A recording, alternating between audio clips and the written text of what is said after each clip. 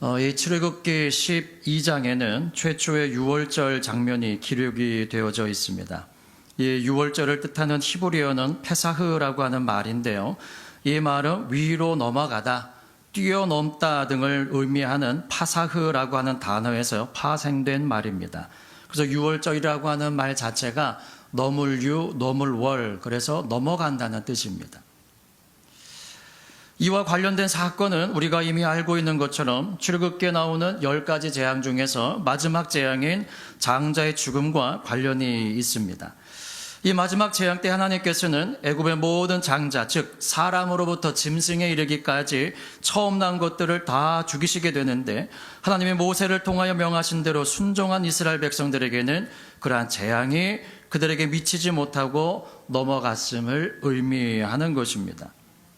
출애굽기 11장에 보시면 4절에 모세가 바로에게 이르되 여호와께서 이같이 말씀하시기를 밤중에 내가 애굽 가운데로 들어가리니 애굽 가운데 처음 난 것은 위에 앉은 바로의 장자로부터 맷돌 뒤에 있는 여종의 장자까지와 모든 생축에 처음 난 것이 죽을지라 라고 말씀을 하십니다.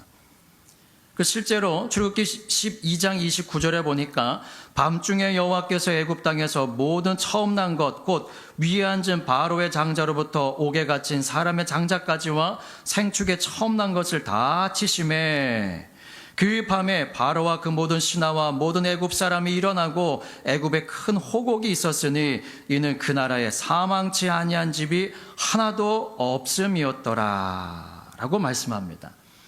애굽 사람들은 이 재앙을 피한 자가 아무도 없었다는 것입니다. 그래서 이후에 하나님은 이스라엘 백성들에게 이렇게 말씀을 하십니다. 13장 2절에 보시면 이스라엘 자손 중에 사람이나 짐승이나 물론하고 첫 태생은 다 거룩하니 구별하여 내게 돌리라, 이는 내 것이니라 라고 말씀을 하십니다. 이것은 출애굽하는 이스라엘 백성들뿐만이 아니라 그들이 들어가서 사는 가나안 땅에서도 지켜야 함을 말씀을 하십니다. 출애굽기 13장 11절 12절에 보시면 여호와께서 너와 네 조상에게 맹세하신 대로 너를 가나안 사람의 땅에 인도하시고 그 땅을 내게 주시거든 너는 무릇 초태생과 내게 있는 생축의 초태생을 다 구별하여 여호와께 돌리라. 수컷은 여호와의 것이니라 라고 말씀을 하십니다. 그러니까 이스라엘 백성들이 애굽 땅에서 나올 때 하나님께서 그들에게 말씀하신 것인데, 이것이 그냥 출애굽 당시에만 적용되는 말씀이 아니라 가나안 땅에 들어가서 살 때에도 첫 것은 장자는 여호와의 것이라고 말씀을 해 주십니다. 그리고 하나님은 이 명령에 대한 구체적인 방법을 말씀해 주시는데요.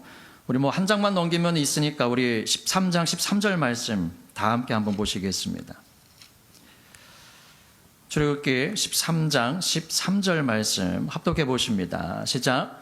나귀의 첫 새끼는 다 어린 양으로 대속할 것이요 그렇게 아니하려면 그 목을 꺾을 것이며 너의 아들 중 모든 장자된 자는 다 대속할지니라. 아멘. 굉장히 간단한 말씀인데요. 이 한 구절에 굉장히 우리에게 우리가 기억해야 할 중요한 의미가 담겨져 있습니다. 먼저 나귀의 첫 새끼는 다 어린 양으로 대속하라라고 말씀을 하시는데요. 대속하다라고 하는 이 말의 사전적인 의미는 남의 죄를 대신하여 벌을 받거나 속죄하다라는 뜻을 가지고 있습니다. 근데 이 대속이라는 말의 히브리어는 파다라고 하는 말입니다. 근데 이 말의 기본적인 의미는 값을 지불하거나 그에 상당하는 대체물을 줌으로써 한 사람으로부터 다른 사람에게 소유권이 이전되는 것을 말합니다. 그러니까 속전이라고도 보통 이야기를 하죠. 근데 여기에는 하나님께 드리는 제물 가운데 정결한 짐승과 나귀의 첫 새끼는 다 어린 양으로 대속하라라고 말씀을 하시는데, 이 말씀에는 하나님께 드리는 제물 가운데 정결한 짐승과 부정한 짐승을 구별하는 제사의식이 처음으로 등장하고 있음을 볼 수 있습니다. 왜 그런가 하면 신명기 14장 6절에서 무릇 짐승 중에 굽이 갈라져 쪽발도 되고 되새김질도 하는 것은 너희가 먹을 것이니라 라고 하십니다. 그러니까 먹으라라고 하시는 것은 정한 짐승이라는 거예요. 그런데 어떠한 짐승을 정하다고 말씀을 하셨냐면 굽이 갈라져 있고 되새김질하는 짐승입니다. 이것은 정한 짐승입니다. 그러나 나귀는 본래 말과에 속하는 동물로서 굽이 갈라져 있지는 않습니다. 통굽입니다. 그리고 새김질을 못합니다. 그러므로 이 나귀는 부정한 동물에 속합니다. 따라서 나귀와 같이 부정한 동물은 오늘 말씀대로 정결한 동물은 어린 양으로 대속되어 바쳐져야만 했다는 것입니다.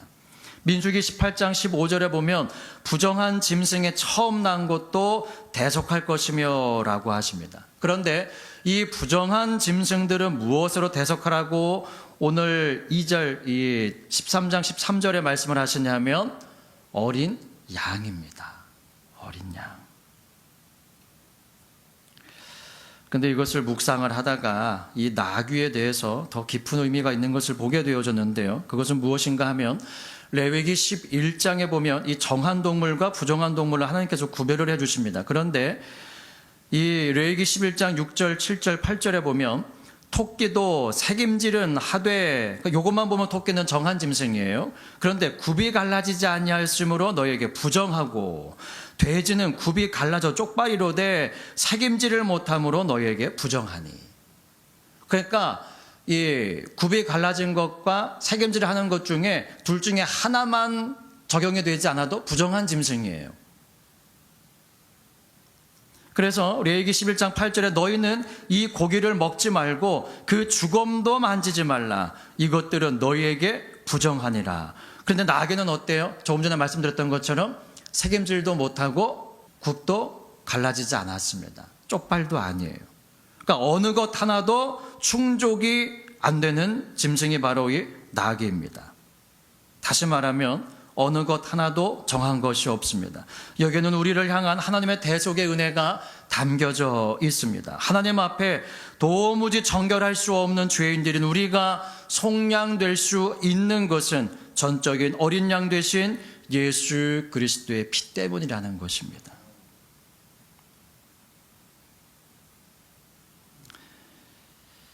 마태복음 20장 28절에 보면 인자가 온 것은 섬김을 받으려 함이 아니라 도리어 섬기려 하고 자기 목숨을 많은 사람의 대속물로 주려 함이니라. 갈라디아서 3장 13절에 사도 바울은 이렇게 말합니다. 그리스도께서 우리를 위하여 저주를 받은 바 되사 율법의 저주에서 우리를 속량하셨으니 라고 말합니다. 이 대속의 은혜의 의미를 이미 구약 성경을 통해서 우리에게 말씀하고 있는 것입니다. 그런데 또 한 가지 놀라운 것은 이 13절을 계속 보시면은요. 자, 나귀의 첫 새끼는 다 어린 양으로 대속할 것이요. 그렇게 아니하려면 이게 무엇인가 하면 만약에 그 나귀의 첫 새끼를 어린 양으로 대속하지 아니하려면이라는 뜻이에요. 근데 그 이후에 뭐라고 말합니까? 그 목을 꺾을 것이라고 말합니다. 그 목을 꺾어라. 그러니까 나귀를 어린 양으로 대속하지 않을 거면은 그 나귀의 목을 꺾어버리라는 거예요. 목을 꺾으면 어떻게 되나요? 죽습니다. 전쟁 영화 같은 거 보면은 가가지고 소리 없이 죽일 때 목을 비틀죠, 머리를. 예. 그러면 사람이 금방 그냥 푹 쓰러집니다. 나귀를 죽이라는 겁니다. 이것은 어린 양으로 대속하지 않은 부정한 짐승에게 내려지는 엄중하고도 변개할 수 없는 형벌을 말합니다. 이는 곧 예수 그리스도를 통한 대속의 은혜를 거부한 자에게 임하게 될 비참한 결말을 보여주는 것이기도 합니다. 그리고 나서 너의 아들 중 모든 장자된 자는 다 대속할지니라 라고 말씀을 하십니다. 이 말은 이스라엘 백성의 자식들 가운데 맏아들은 모두 다른 것으로 대신 목숨값을 바쳐야 한다는 것입니다. 나중에 이것은 레위인으로 드리는 규례와 속전으로 드리는 규례로 대체되었습니다. 민수기 3장 45절 이후에 보면 이스라엘 자손 중 모든 처음 난 자의 대신에 레위인을 취하고 또 그들의 가축 대신에 레위인의 가축을 취하라. 레위인은 내 것이라 나는 여호와니라. 그러니까 짐승의 처음 난 것과 사람의 처음 난 자를 다 하나님께 바쳐야 되는데 이게 무엇으로 바뀌게 되어졌냐면은 레위인으로, 또 레위인의 가축으로 바뀌게 된 겁니다. 그런데 이 민수기 3장 46절에 보니까 이스라엘 자손의 처음 난 자를 계수를 했는데 레위인보다 273명이 많습니다. 그러니까 레위인으로 다 대체가 안 되는 거예요. 그때 하나님께서 뭐라고 말씀을 하셨느냐, 이들을 속하기 위하여 매 한 사람의 5세겔씩 취하되 성소의 세겔대로 취하라. 한 세겔은 20계란이라 라고 말씀을 하십니다. 이 5세겔이라고 하는 것은 일반 노동자의 20일 품삯에 해당한다고 합니다. 어떻게 보면 이것이 크다고 하면 크고 작다고 하면 작다고 할 수 있는데 몸값이에요. 목숨값입니다. 그러니까 목숨값으로 따지면 굉장히 작은 돈입니다.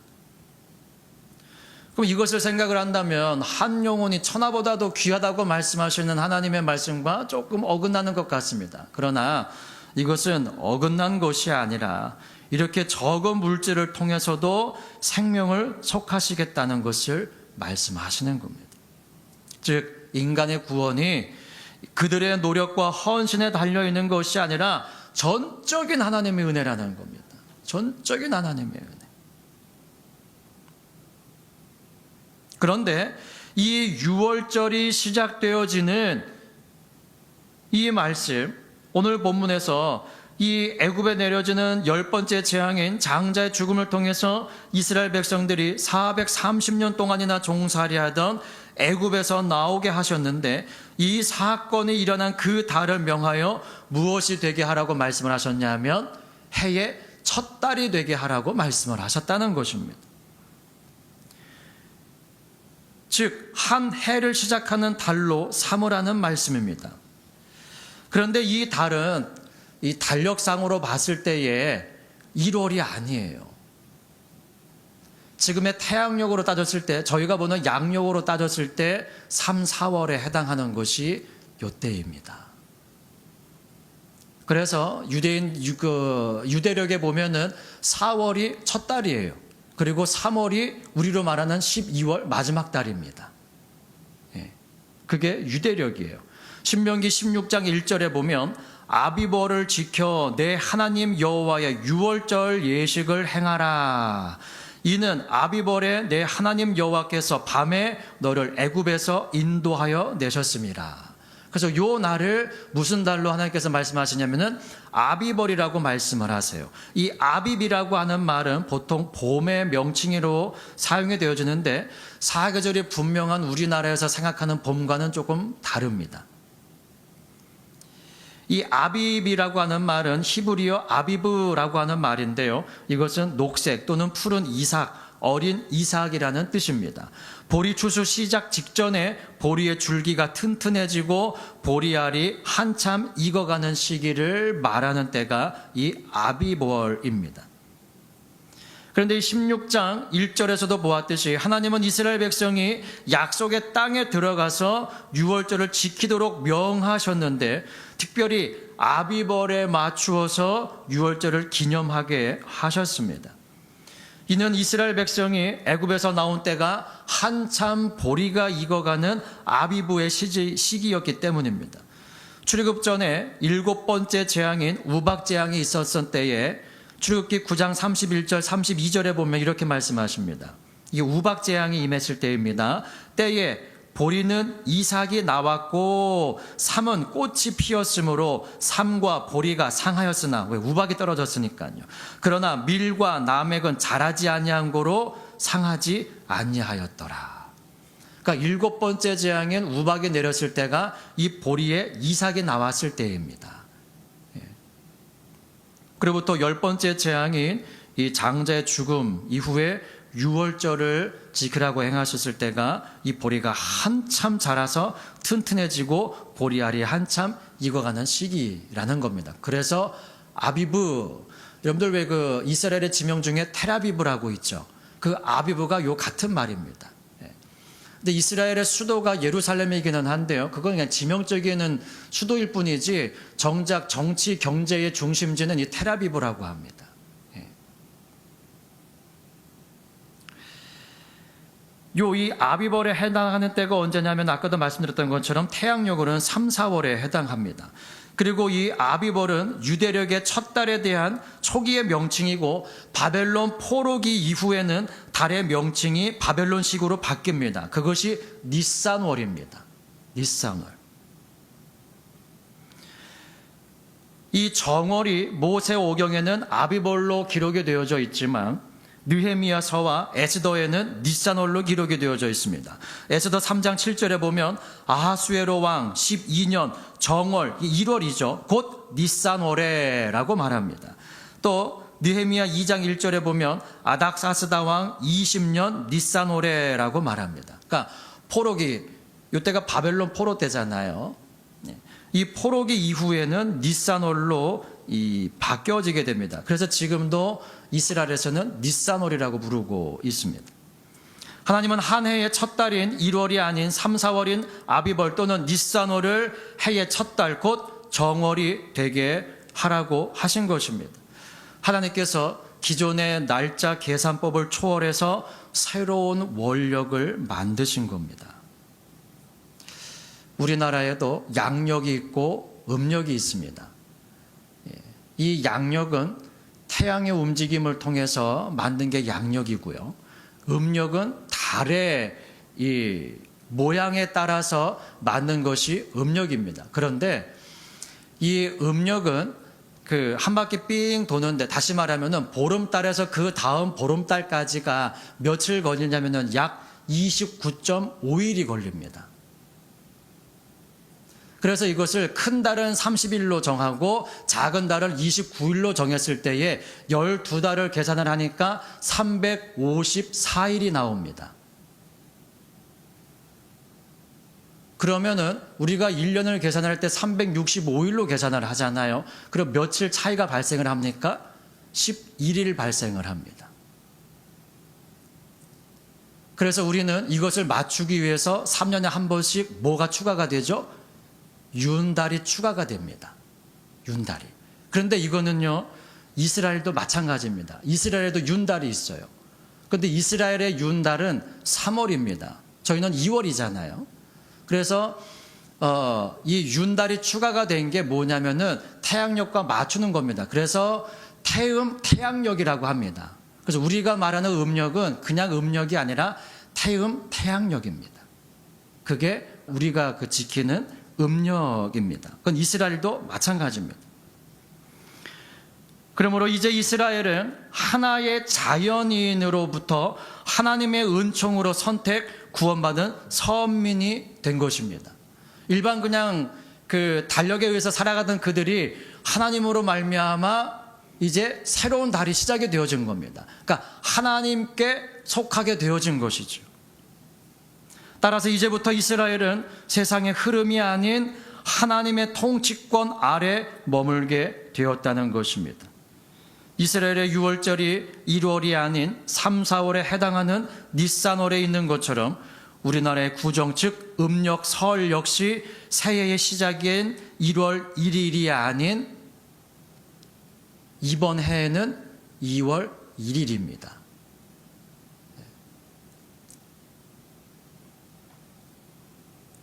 양력 1월 1일이 아닌 음력 1월 1일 곧 구정을 맞이하면서 오늘 제가 이 설교를 준비한 이유는 송구 영신 예배와 함께 하나님을 의지하고 그분의 뜻대로 살기로 굳게 결심하며 시작했다가 한 달여의 시간이 지나고 있는 이 시점에서 하나님의 뜻과 하나님이 원하시는 방향이 아닌 어느덧 세상의 흐름, 하나님께서는 새로운 달을 지명해 주시면서 이 달을 너희의 첫 달로 삼아라라고 말씀을 하셨는데, 아니에요 하나님, 무슨 첫 달이에요, 지금 3, 4월인데 라고 하면서 세상의 흐름과 세상의 방법에 맞추어진 내 자신을 발견했다면 돌이켜서 다시금 하나님의 통치권 안으로 들어가는 새로운 시작의 달, 새로운 시작의 날이 되기를 바라는 의미에서입니다. 그런데 오늘 설교를 준비하면서 다시금 깨닫게 된 것이 있는데요. 아이러니하게도 니산월에 행했던 6월절은 성경의 연간 절기 중에서 유일하게 2차례에 걸쳐서 지킬 수 있었습니다. 6월절이 1년에 2번 지킬 수 있었다는 겁니다. 뭐냐 하면 장거리 여행 등으로 인한 사정으로 인해서 정월 14일 저녁에 유월절을 지키지 못했을 때에는 다음 달인 2월 14일 저녁에 지킬 수 있도록 규정해 놓으신 겁니다. 성경에 있어요. 민수기 9장 4절 이후에 보면 모세가 이스라엘 자손에게 명하여 유월절을 지키라 하매 그들이 정월 14일 해질 때에 시내 광야에서 유월절을 지켰으되 이스라엘 자손이 여호와께서 모세에게 명하신 것을 다 조차 행하였더라. 근데 6절에 보니까 때에 사람의 시체로 인하여 부정케 되어서 유월절을 지킬 수 없는 사람들이 있었는데 그들이 당일에 모세와 아론 앞에 이르러 그에게 이르되 우리가 사람의 시체로 인하여 부정케 되었거니와 우리를 금지하여 이스라엘 자손과 함께 정기에, 그러니까 정한 시기에 여호와께 예물을 드리지 못하게 하시면 어찌미니까. 왜요? 민수기 19장 11절에 보니까 사람의 시체를 만진 자는 7일이 부정해져요. 그러니까 그 7일이 차기까지는 이스라엘 진영 내로 들어올 수가 없습니다. 그러니까 시체로 인하여서 몸이 부정케 되어진 거예요. 그러니까 유월절 의식에 참여할 수가 없게 된 겁니다. 그래서 그들이 호소를 해요. 그때 이 모세가 하나님께 여쭤봅니다. 그럴 때 하나님께서 이렇게 말씀을 하세요. 민수기 9장 9절 10절에 여호와께서 모세에게 일러 가라사대 이스라엘 자손에게 일러 고하여 이르라 너희나 너희 후손 중에 시체로 인하여 부족해 되든지 먼 여행 중에 있든지 할지라도 다 여호와 앞에 마땅히 유월절을 지키되 라고 하세요. 왜냐하면 신명기 16장 13절에 너희 중 모든 남자는 1년 3차 곧 무교절, 이게 유월절입니다. 77절 초막절에 내 하나님 여호와의 택하신 곳에서 여호와께 반드시 보이라고 말씀을 하셨어요. 그런데 시체로 인하여 부정케 되어가지고 유월절 의식에 참여할 수가 없어요. 또 먼 나라에 여행하다 보니까는 이 절기에 맞춰서 도착을 못했습니다. 그럼 어떻게 됩니까? 안 되잖아요. 그래서 민수기 9장 11절 12절에 보니까 2월 14일 해질 때에 그것을 지켜서 어린 양의 무교병과 쓴 나물을 아울러 먹을 것이요 아침까지 그것을 조금도 남겨주지 말며 그 뼈를 하나도 꺾지 말아서 유월절 모든 율례대로 지킬 것이니라. 정월 14일에 지키라고 말씀하시는데 그때 지키지 못한 사람은 2월 14일에 지켜라 라고 말씀을 하신 것입니다. 여러분들 우리가 송구 영신 예배를 드리면서 많은 그 약속들을 주님 앞에 드리셨을 터인데 또 하나님의 말씀을 뽑으시면서 정말 이 말씀이 이 한 해 동안에 내게 주신 말씀이다라고 하고 굳게 받으시고 또 암송도 하실 터인데 시간이 흐르면서 어느덧 한 달의 시간이 지나면서 흐지부지해지고 약해졌을 때 다시 한번 하나님께서 유월절 그 정월 14일 유월절을 참석하지 못했던 사람들은 2월 14일 유월절에 참여하라라고 말씀하신 것처럼 우리에게 이 구정이 또 한 번에 하나님께서 새해를 맞이하는 기분으로 또 이 한 해를 보낼 수 있도록 기회를 주시는구나 라는 생각을 가지시고 다시 한번 마음을 다잡으시고 지금 우리나라의 이 구정 이때에 참으로 하나님께 온전히 다시 한번 마음을 굳게 하시고 나아가실 수 있기를 예수님의 이름으로 축복합니다. 그러면서 이 민수기 9장 13절에는 이렇게 말씀을 하세요. 그러나 사람이 정결하고 여행 중에도 있지 아니하면서 유월절을 지키지 아니하는 자는 그 백성 중에서 끊쳐지리니 죽임을 당한다는 것이죠. 이런 사람은 그 정기에 정한 시기에 여호와께 예물을 드리지 아니하였은즉 그 죄를 당할지며 만일 타국인이 너희 중에 우거하여 여호와 앞에 유월절을 지키고자 하면 유월절 율례대로 그 규례를 따라서 행할지니 우고한 자에게나 본토에게나 그 율례는 동일할 것이니라. 이스라엘 백성들이 애굽 땅에서 나올 때에 이스라엘 백성들 장정만 60만 명이 나왔는데요. 그 이후에 보니까 중다한 잡족이 따라 나왔다고 합니다. 그러니까 애굽 땅에서 하나님께서 행하셨던 그 기적을 보면서 와 놀랍다. 이러한 일을 행하시는 신이 참 신이 아니겠느냐라고 하면서 이스라엘 백성들이 나올 때에 함께 나온 것이죠.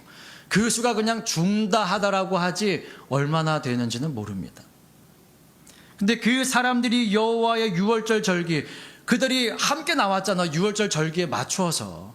그러니까 그 사람도 이 유월절 절기에, 우리도 그 유월절 절기에 참여하면 안 되겠습니까? 라고 하는 사람들에게 하나님께서 기회를 주시는 겁니다.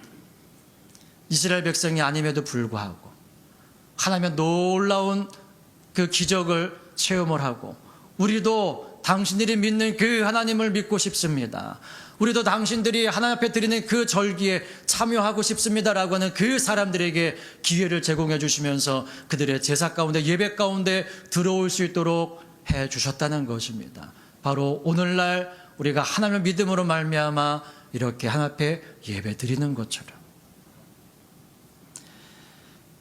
사랑하는 여러분, 이스라엘 백성들에게 모든 남자는 1년 3차례 반드시 내 앞에 나오라 라고 말씀을 하시는데요. 여기에서 남자는 일반적으로 딸이 아닌 아들을 가리킵니다. 그런데 갈라디아서 4장 5절에 보니까 율법 아래에 있는 자들을 속량하시고 우리로 아들의 명분을 얻게 하려 하심이라 라고 하는데, 이 아들의 명분이 양자 되는 것을 말합니다. 그런데 이 갈라디아서 4장 7절에 보면, 그러므로 내가 이후로는 종이 아니요 아들이니 아들이면 하나님으로 말미암아 유업을 이을 자니라 라고 말씀을 하세요. 유업을 잇는다라고 하는 것은 그것을 취하게 된다는 것입니다. 그런데 이 시대에 살아가는 남자들만 천국에 갑니까? 아니죠. 여자들도 천국에 가죠. 그러므로 이 신명기 16장 10절, 16절에서 말하는 모든 남자는 남자를 포함한 예수 그리스도를 믿음으로 말미암아 천국 백성이 된 우리 모두를 말하는 것입니다. 그러므로 사랑하는 여러분, 다시 한번 말씀을 드립니다. 1월 1일 우리 성국 영신 예배 드리면서 대부분 교회에서 1월 1일을 맞이하셨을 터인데, 그 순간에 하나님과 약속하신 것이 희지부지 내가 무슨 약속을 했는지도 어느덧 그냥 먼 동산을 넘어가서 이제 눈에 보이지 않을 정도가 되었다 할지라도 다시금 이 시간에 그 약속을 다시금 부여잡고 하나님 앞에 기도하시면서 새롭게 시작하시는 새 달이 되실 수 있기를 예수님의 이름으로 축복합니다. 그래서 하나님께서 이 모세와 아론에게 말씀하신 것처럼 이 달로 너에게 달의 시작 곧 해의 첫 달이 되게 하고 라고 하시는 말씀처럼 다시금 새롭게 마음을 다잡고 주님의 이름을 붙잡고 새롭게 시작하는 저와 여러분 모두 될 수 있기를 예수님의 이름으로 축복합니다.